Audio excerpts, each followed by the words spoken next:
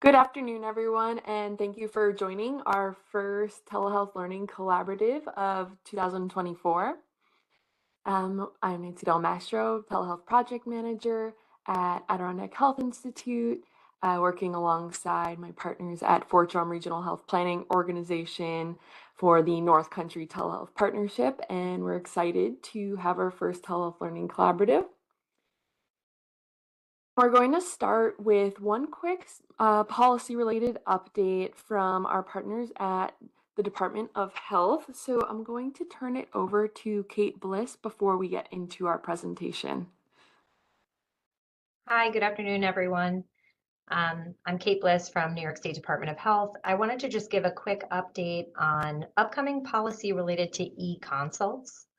This is something that New York State Medicaid has been interested in covering for a while, but we were not able to cover it because we didn't have federal approval through CMS until very recently. So we submitted a state plan amendment last year to essentially request from CMS that Medicaid could start covering e-consults, and they very recently approved it. So we are about to publish a policy in an upcoming Medicaid update that will explain coverage start date, what the parameters of the policy are, and what the appropriate procedure codes are to bill. But just kind of in a nutshell, the policy will allow for the treating provider and the consulting provider to both bill for their part in the e-consult. And we're hoping that this will, so these are interprofessional discussions. The treating provider can make a request of a consulting provider or specialist, and they can sort of manage a patient's specific problem through a portal using basically a written report that goes from the consulting provider back to the treating provider. And we're hoping that this can help with some of these really long wait times that patients sometimes have with specialists, because in some situations they might not have to really see the specialist, but the specialist can't get paid for their work unless they actually see the patient. So now this will allow the consulting provider to receive reimbursement when they're giving their professional opinion to the treating provider, and it will save the patient from having to go to a second visit when it's not clinically necessary. So there are lots of details in the policy about when it's appropriate to use this and when it can be billed. It shouldn't be billed when it leads to an in-person visit. But we anticipate covering this effective April 1st of this year. And you can certainly reach out to us with questions once you see the policy in the upcoming Medicaid update. Thank you, Kate.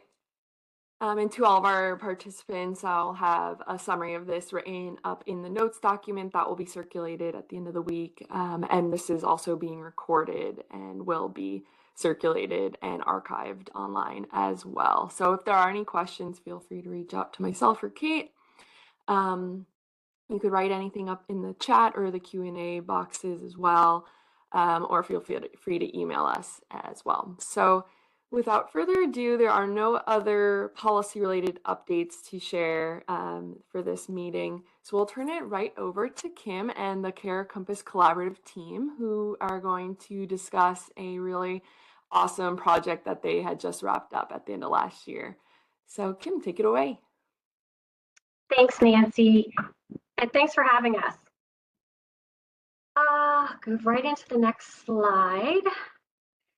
So some of you may have heard the name Care Compass, but may not have heard Care Compass Collaborative. So I wanted to throw a slide in here to share what this organization does. Care Compass Collaborative is a 501c3 nonprofit organization that was formed out of community needs identified by Care Compass Network, which is a legacy PPS from the DISPRIT program. And the organization works to improve health and wellness, support organizations in performance-based environments, and promote organization sustainability. So the grant work that we're doing, Our Lady of Lourdes Hospital, they received a grant through the Mother Cabrini Foundation to produce a series of videos based on telehealth training modules. What they wanted was modules to be easy to use, online, self-guided, and to be interactive. They also wanted the videos to be provided to the community as a free resource. The training sought to support poor and vulnerable populations by increasing awareness of telehealth and promoting the use of telehealth services. Some of the topics that the training included was what's appropriate for a virtual care visit, how do you prepare for a virtual care visit, and some of the basic technology requirements as well as etiquette. Year one of the grant started in 2021, and we focused work in the Ogdensburg Diocese. Thank you, AHI, for your support in this, because we do not have partners in this region. But those 8 counties included Clinton, Essex, Franklin, Jefferson, Lewis, St. Lawrence, Herkimer, and Hamilton.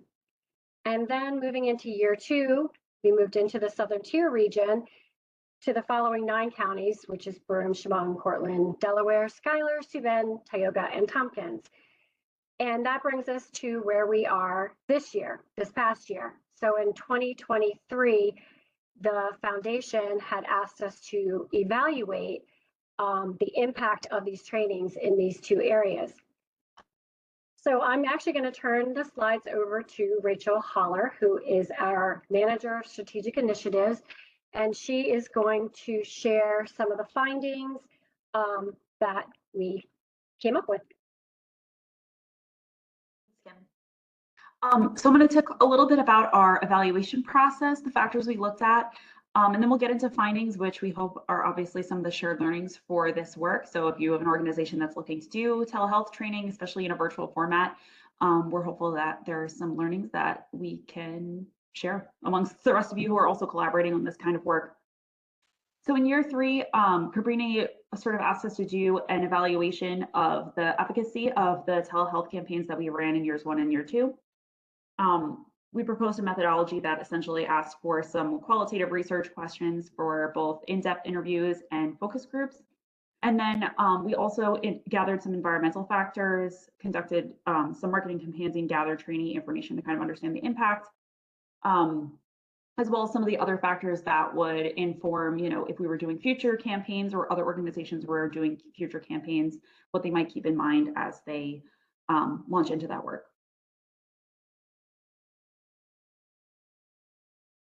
Go on to the next slide. So yes, assessing and understanding environmental factors. We looked at health insurance status and type, cost of telehealth services, availability of telehealth services, et cetera. In the wake of COVID, one of the advances obviously we see across the board in many healthcare organizations is that telehealth is used more pervasively than ever before. That continues to be the case with providers in each region, both Ogdensburg and the Southern Tier, continuing to provide virtual visits. And that's true for virtually every single provider organization that offers in-office visits. So that's obviously something that's changed fundamentally since the launch of this project, and is an asset in terms of the efficacy of training, is that people are using the training because people are using telehealth services more than the last 10 years. So that's positive. We would say in terms of environmental factors that negatively impact telehealth use, broadband coverage emerges as the greatest inequity region to region. None of you will find it surprising to learn that if you are in a rural community, broadband coverage is variable. So there remains to be communities in both Ogdensburg and the Southern Tier where broadband coverage is either non-existent or slow.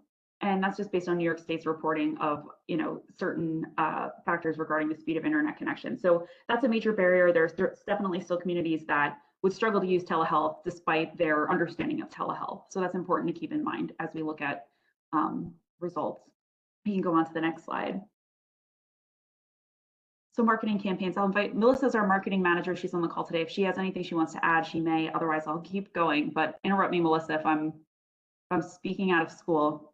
So the campaign had over 11 million impressions. So impressions are sort of, if we look at like the most interactive types of interactions, they're the least. So that really has more of an indication of the kinds of the numbers of screens this is sort of like passed through. That doesn't mean someone interacted with the content. It doesn't mean someone clicked in. It doesn't mean someone learned anything, but it does mean that the reach was quite pervasive, at least in terms of opportunity to engage with those trainings. There were over 29,000 website visits and 6,000 people watched the online telehealth training. So again, if we're looking at least interactive to most interactive, there were at least 6,000 people who interacted with the training in a meaningful way that counted towards having viewed a significant portion of the training online. And then I'll just jump in because I have like a couple of kind of fun facts to share. So Kim had mentioned earlier that we had done a series of modules. So when we kind of put out that all together, we had just under about 8 minutes between each of those modules. And when we kind of looked at who's viewing, what are they viewing the most, how long are they viewing, you know, we came up with an average of about just over 5.5 minutes, which for a training video is really fantastic, considering in today's day and age when most people are watching TikTok videos that are literally like, you know, 15 seconds each. So to get somebody on for that long is really fantastic, you know, for the number of people that we had. And then we really found, like, out of all those modules, the #1 video that was watched the most was how to set up your device. So again, it kind of gets to that technology piece, you know, that Rachel was talking about, that it's seen from what we were seeing was the most beneficial for those that actually watch those videos. Thank you. That's all I really wanted to kind of add, just a couple little fun facts. Yep, and the next slide covers so just trainee information regarding residences. This video training reached certainly, like, it's a virtual training, so it reached beyond the scope of the Southern Tier and Ogdensburg, but just a quick representation of the kinds of numbers in terms of the regions that were targeted.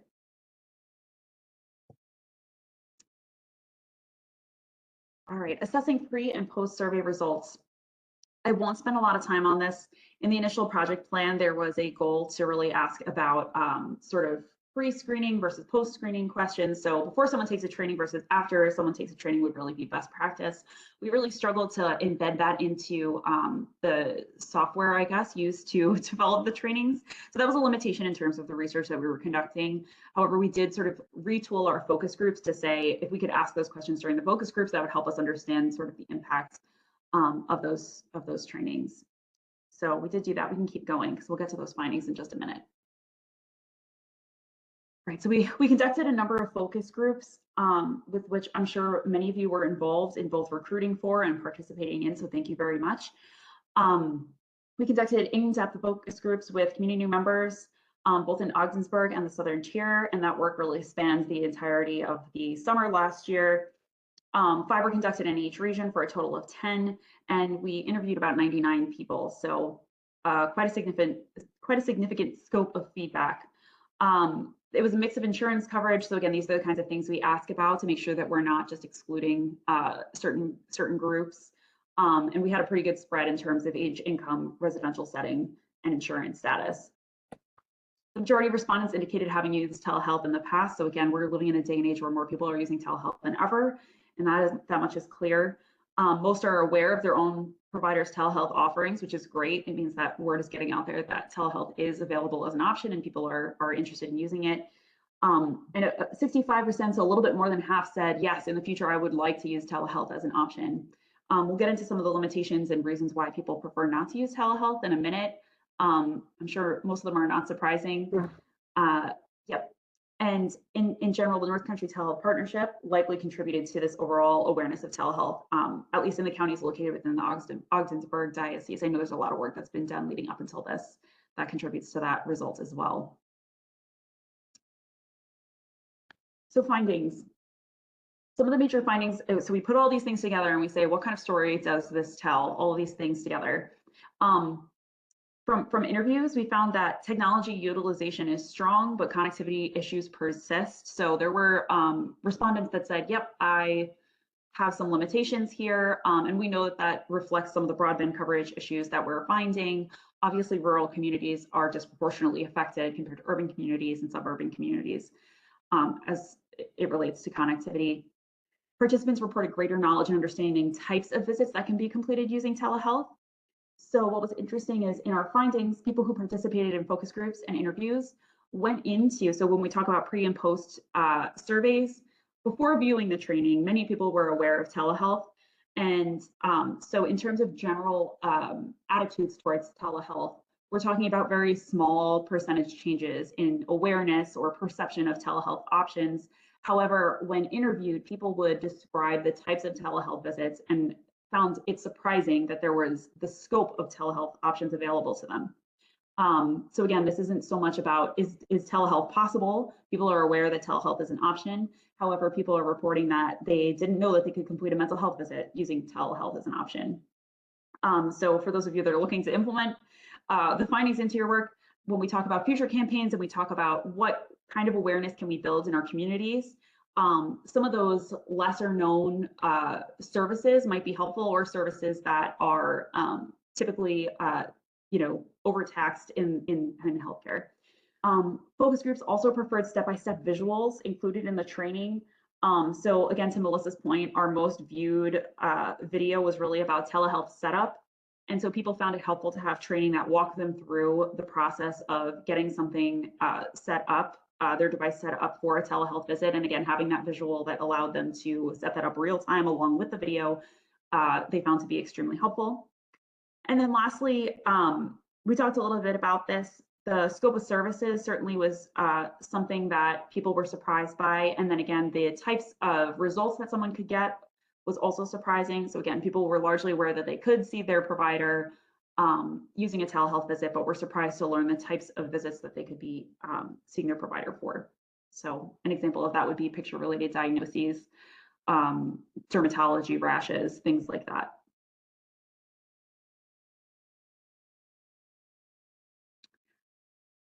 Some themes worth mentioning. So this is directly from the vendor we worked with to conduct these interviews in focus groups, where again, many had some level of experience with telehealth practices before the video. After the video, people found that they had a greater awareness of application and usages. We talked about that a little bit. Comfort levels in with technology and telehealth were generally high. However, the details of how to do setup, things like that, were helpful in training videos. There was a little bit of a buzz, I guess a finding is that the videos themselves create an awareness and an interest in telehealth instead of a passing trend. A lot of people associate telehealth with sort of the pandemic and that being an option during lockdown, during quarantine, etc., but have not given it much thought in a post-pandemic environment. And lastly, some lacked understanding of telehealth benefits. There was a greater interest indicated, but there were a lot of issues that people talked about post-training that said, there's a convenience factor, or you wouldn't require transportation to complete a visit if you were using telehealth. So again, in general, the summary here is that people are aware of telehealth. Sort of the nuances of telehealth are something that people haven't given a lot of thought to, even though it's in our mainstream today. So top opportunities identified. So when people were interviewed and said, hey, things that we could do differently, what might we do differently? One, smaller videos conducive to short-term viewing. Melissa alluded to this before, but more than ever, people are accustomed to really short content. And found that longer videos or a series of videos was sometimes a little bit much. Thankfully, with some of the findings being that the nuances of telehealth are really what piques people's interest in these trainings, that certainly is a major opportunity when we talk about specialized opportunities in telehealth that could lend itself better to smaller videos. The other was addressing populations with low telehealth awareness, comfort, or likelihood of use. So this was a mass marketing campaign. And you can see that based on just the sheer number of impressions. Anyone that could have seen the video, we wanted to see the video.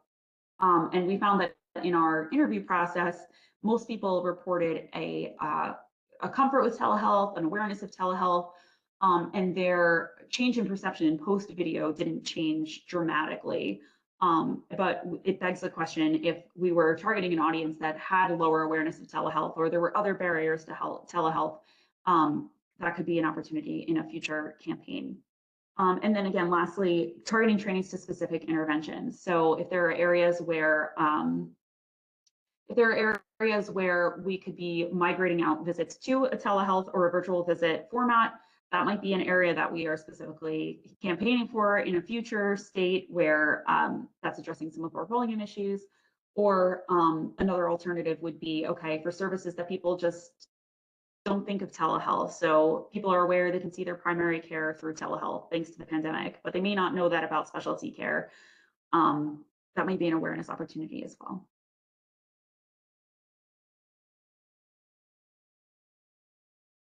So yeah, for reference, these are links. If you are interested and want to see the work that is done, they're available.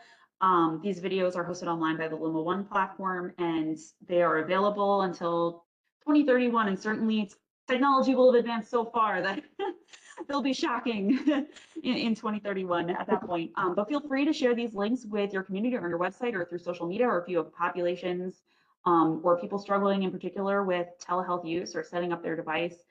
These are free resources to your community. And one thing I'll add just to differentiate between the two links for everyone. The first one is what you can use, like if you want to put it on your website, that first one will help embed it into it so that it comes up with a nice format.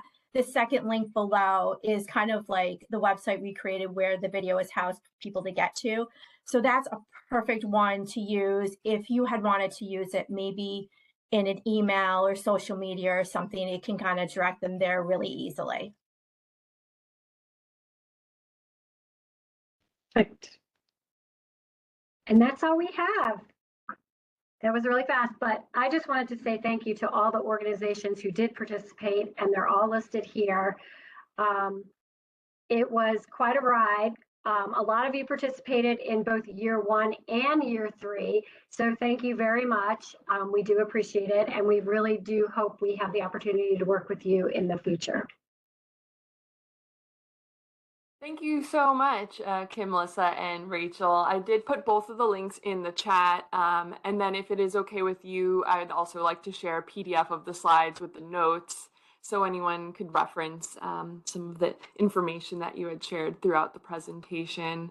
And then for our attendees, if there are any questions, feel free to place those in the chat now, and then we can spend a few minutes on Q&A if there are any questions.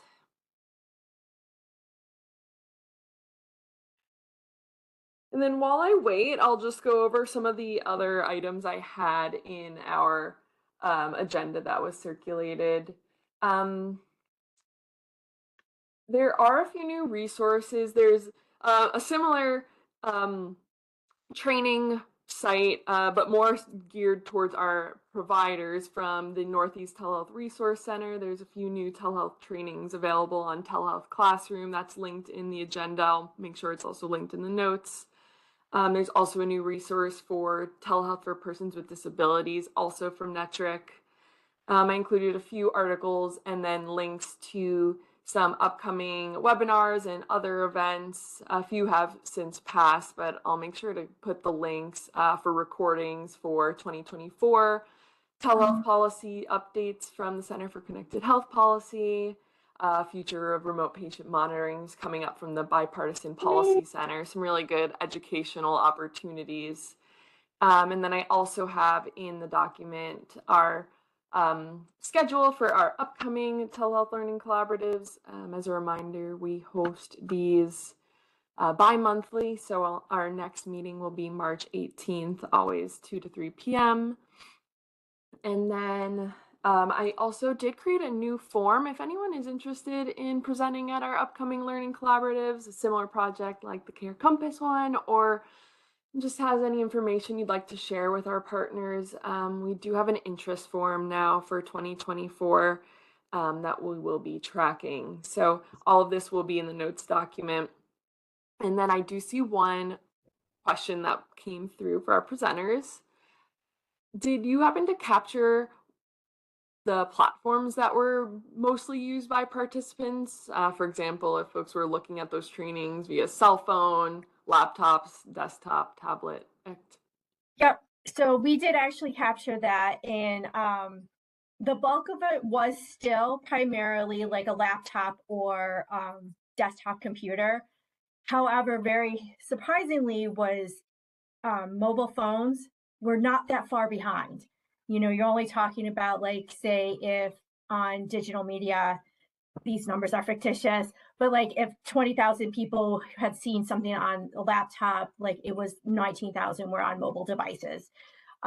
So I thought that was very surprising considering, you know, I know that the Ogdensburg area is rural, the same with some of our counties, and Broome County is very rural. I did expect that to maybe be a little bit lower for viewing a video, but it wasn't. It was very, very high.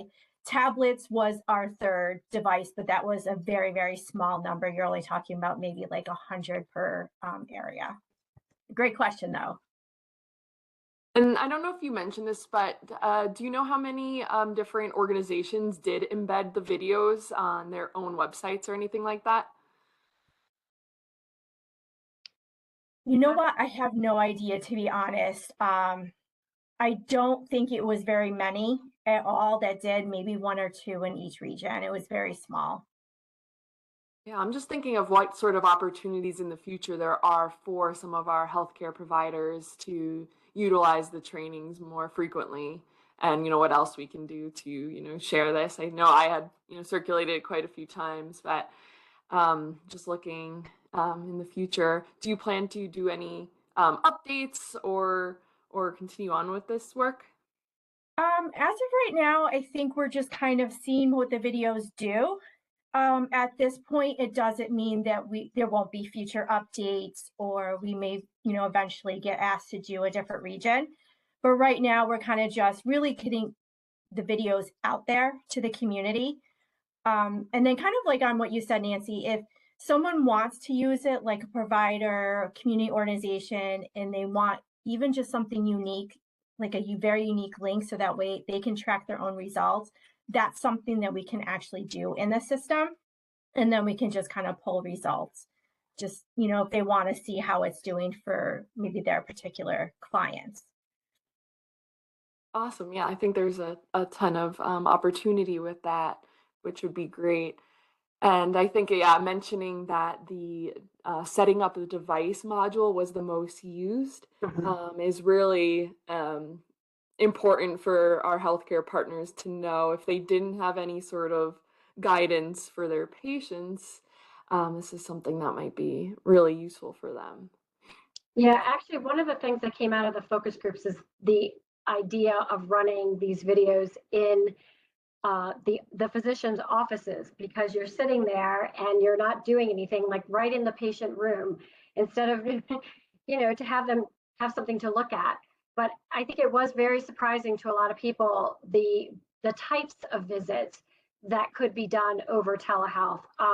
Particularly important, at really mental health, behavior health, even SUD follow-up appointments, monthly appointments that are needed, and things like that. Like Melissa or Rachel had said, with rashes, it's amazing what you can do using telehealth. So we did get a lot of good information. I don't see any other questions in the chat for our participants. If there are any questions, please, I'll keep this open for another minute or so. But I want to thank Kim, Melissa, and Rachel again for taking the time to join us today and share this really important project with our partners. Yeah, thank you.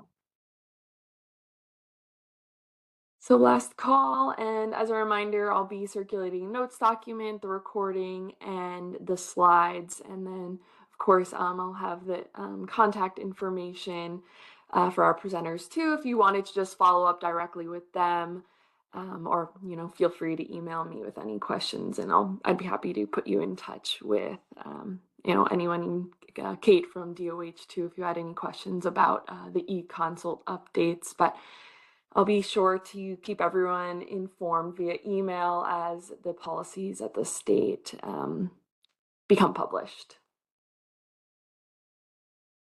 All right, I don't see anything else, just a few thank yous. So Again, thank you all for joining. We hope to see you at our next Learning Collaborative on March 18th. And as always, feel free to email us with any questions, comments about telehealth, and stay warm. Thanks so much. Thank Have a you. great afternoon, everyone.